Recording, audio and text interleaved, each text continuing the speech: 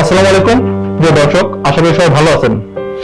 বড় বড় মতো জনপ্রিয় অনুষ্ঠান আমাদের গল্পে আমি ডিএম বুজাই খান। আমার সাথে আছে সুবর্ণা আপু। আজকে আমরা সুবর্ণা আপুর জীবন গল্প শুনবো। সুবর্ণা আপু, আসসালামু আলাইকুম। আমি বিক্রমপুরের মেয়ে, মুন্সিগঞ্জ জেলা। আমার ছোট থেকে বড় ওখানে, পরবর্তীতে আমি ঢাকা চলে আসছি। আচ্ছা আচ্ছা। সুবর্ণা আপু, আপনি এখন বর্তমানে কি করছেন? আমি মেডিকেল লাইনে জব করছি। মেডিকেলে? জি। আচ্ছা, আপনার ফ্যামিলিতে এখন কে কে আছে? আমি আমার হাজবেন্ড আর আমার দুই বাচ্চা। দুটো বাচ্চা? জি। দুটো বাচ্চা বয়স কত হবে? আমার বিয়ের বয়স হয়ে গেছে। বিয়ে বয়স হয়ে গেছে? জি। আচ্ছা আচ্ছা আচ্ছা। আচ্ছা আপু, আপনার ছোটবেলা কোথায় কাটছে, ঢাকাতে নাকি গ্রামে? আমি যেহেতু 8 বছর কাল থেকে আমি ঢাকায় আসছি। আচ্ছা। আমার দেশের বাড়িতে বড় হয়েছে, আমি ঢাকায় তখন চলে আসছি। ওখানে ঢাকায় আমার বড় হয়, ওখানে হাজারবাগে আমি বড় হয়েছি। হাজারবাগে আমার পড়া। আপনার বাবা মা কোথায়? গ্রামে আছো? সবাই গ্রামে। আপনার কয় ভাই বোন? আমরা 4 বোন 1 ভাই। আচ্ছা আচ্ছা। তো আপনি যে জব করেন, তো বাসা থেকে কোনো প্রবলেম হয় না? যে আমরা অনেক সময় দেখি যে জবের ক্ষেত্রে যে মেয়েরা জব করলে তাদের সংসার গুলা মানে তারা মানে অভিযোগ আসে আর কি, মানে কিভাবে কি করে সেটা তো আসলে যার যার মতোই ফ্যামিলি, যার ফ্যামিলির সমস্যাগুলো। হ্যাঁ, সেদিকে আমি হ্যাপি আছি। আমার ফ্যামিলিতে কোনো ঝামেলা নেই। আমি স্বাধীনভাবে চলতে পারি আর কি। আচ্ছা, আপনার ছোটবেলার কিছু গল্প বলেন, যেরকম হচ্ছে যে আপনার বাবা মার সাথে কাটানো দিনগুলা আপনার ছোটবেলায় ভালো ছিল নাকি এখন যে অবস্থায় আছেন এটা ভালো? ভালো বলতে গেলে ছোটবেলায় একটু কঠিন ছিলাম, এখন আলহামদুলিল্লাহ ভালো আছি। আচ্ছা। আব্বু আম্মুর সাথে একটু আন্ডারস্ট্যান্ডিংটা একটু অন্যরকম ছিল। আপনার সাথে নাকি আপনার আব্বু আম্মু ফুল ফ্যামিলির সাথে একটু অন্যরকম ছিল। মানে আপনার সাথে? না, আমার পুরো ফুল ফ্যামিলি। আচ্ছা আচ্ছা আচ্ছা। ভাই বোনের ভিতরে আমরা একটু দুষ্টু ছিলাম বেশি। আচ্ছা আচ্ছা। আপনার ছোটবেলায় কাটছে কোথায়? 8 বছর কাল আমি গ্রামে বড় হয়েছি। পরে হাজারবাগ চলে আসি আমি খালামণির কাছে। অভাবের কারণে আগে দিন থেকে একটু অভাব ছিল, অভাবের কারণে আমি বড় হয়েছি খালামণির কাছে। ওখানে বড় হওয়া, ওখানে সবকিছু, ওখানে আমার পড়ালেখা। আচ্ছা। তো কবে থেকে মনে করলেন যে আপনার মানে জব করা উচিত? আমার বিয়ের পর থেকে। বিয়ের পর থেকে? বিয়ের 5 বছর পর থেকে আমি জব, মানে আমার বেবি হওয়ার 4 বছর পর থেকে আমি জবে আছি। এটা কি হচ্ছে যে ফ্যামিলিগত সমস্যা ছিল, এই জন্য তখন আমি জবে চলে আসছি। একটু অভাবের কারণে ছিলাম আসছি, বাবা মার থেকে একটু অভাব ছিল। আর যেটা আমরা 4 বোন ছিলাম, এই জন্য দেখা যাচ্ছে আমরা 3 বোনই বড় হয়েছিল ঢাকায়। আমি, আমার বড় আপু, নিজ আপু, আমি 3 জনে বড় হয়েছি। আর ভাইয়া ছোট বোন বেশি বড় হয়েছে। টোটালি বলতে গেলে সবাই আমার মধ্যে ভালো আছে, আমিও আমার মধ্যে ভালো আছি। আর একটু অভাবের আছি। আচ্ছা আচ্ছা। আপনার হাজবেন্ড কি করে? ব্যবসা।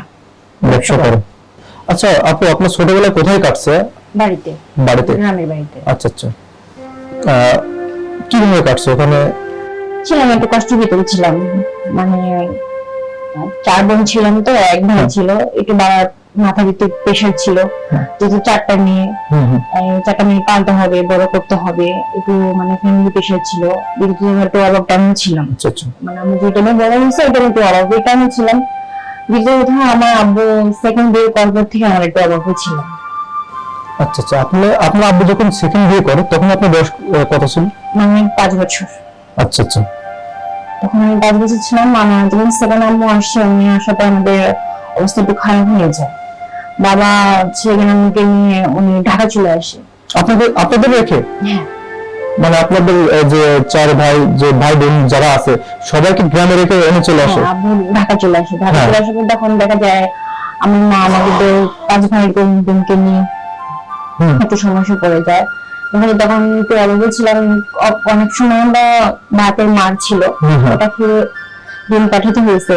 কিন্তু গাছের কাঁচকলা বা কলার ফানা এগুলো বিক্রি করে আমরা তখন জীবন কাটাইছি। আর আমাদের দেশে আলুর দেশ, আলু বিক্রি করে তখন আমরা সময় চলছি। মানে একবারে কোনো খোঁজ খবর নিত না?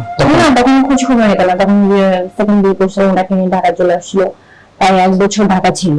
তখন আমরা ভালো আছি, কিভাবে আছি কোনো খোঁজ নিত না। তো ওই সময়টাকে তো আপনাদের অনেক মানে অনেক খারাপ কাটছে মনে হয়। অনেক কষ্ট পেয়ে আসছে। আর দ্বিতীয়ত কথা, আমরা তখন আমার আম্মু বাসা বাড়িতে দিনই কাজ করার উদ্যোক্তা নিয়েছিল। তখন আমরা পড়ালেখা ছাড়িনি, ওই ছোটবেলা থেকে পড়ালেখা করছি, তারপরে অনেক পারতাম না, আমরা পড়াইতে নিয়ে আমাদের হেল্প করছে।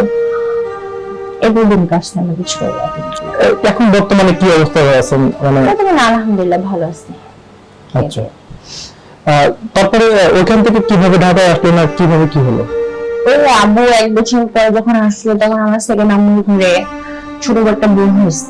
আচ্ছা আচ্ছা। তখন সংসারে একটু ঝামেলা ছিল, পরে আমার খালাম্মু যে শুনছি যে কাহিনী, পরে আমাকে নিয়ে আসছে। হ্যাঁ হ্যাঁ।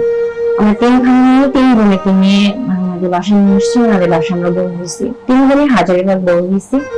3 খালাম্মির কাছে, ওই 3 খালাম্মির কাছে বড় আপনি আমি সব থেকে বড় খালাম্মির কাছে ছিলাম। ওখান থেকে ওখানে পড়ালেখা, ওখানে আমার দিন গড়ে আসছে। আচ্ছা আচ্ছা। তো এখন আপনার ফ্যামিলিতে কয়জন আছে? বর্তমানে এখন এখানে আমি আছি, আর আমার বেবি আছে, ছেলে মেয়ে 2 জন আছে। আচ্ছা। তো আগের থেকে তো বর্তমানে ভালো আছেন না? আলহামদুলিল্লাহ। এখন আপনাদের এই যে আপনার বাবা মা এবং হচ্ছে যে দ্বিতীয় মা যেটা আসলে, ওদের সাথে আপনাদের সম্পর্ক কেমন? আমার দ্বিতীয় বোনকে পরে 2 বছর পরে যখন আমার ছোট বোনটা বড় হয়েছে, তখন আব্বু ছেড়ে দিছে। আচ্ছা। আর পরে একটু সংসার ভালো হয়েছে, মানে তারপর অবাক না আছে। আর আমাদের 4 বোনদের আলহামদুলিল্লাহ বিয়ে হয়ে গেছে, ভাইয়েরও বিয়ে হয়ে গেছে। যাই হোক, আমি সবসময় চাই আমরা যেন প্রতিটা মানুষ ভালো থাকুক তার তার জায়গা থেকে। আর আমরা যতটুকু দোয়া করব আপনি যেন সবসময় ভালো থাকেন। আপনার দেখেন, কষ্ট দেওয়ারও মালিক যে, কষ্ট নেওয়ারও মালিক সে। তো কষ্ট থাকলেও আপনি তার কাছেই বলেন, ঠিক আছে? তাহলে দেখবেন যে অনেক সময় অনেক কিছু কমে যাবে, মনের ভিতরে অনেক মানে শান্তিও পাবে।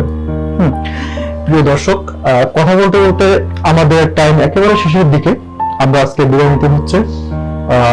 ভালো থাকবেন, আবার দেখা হবে অন্য কোনো অনুষ্ঠানে।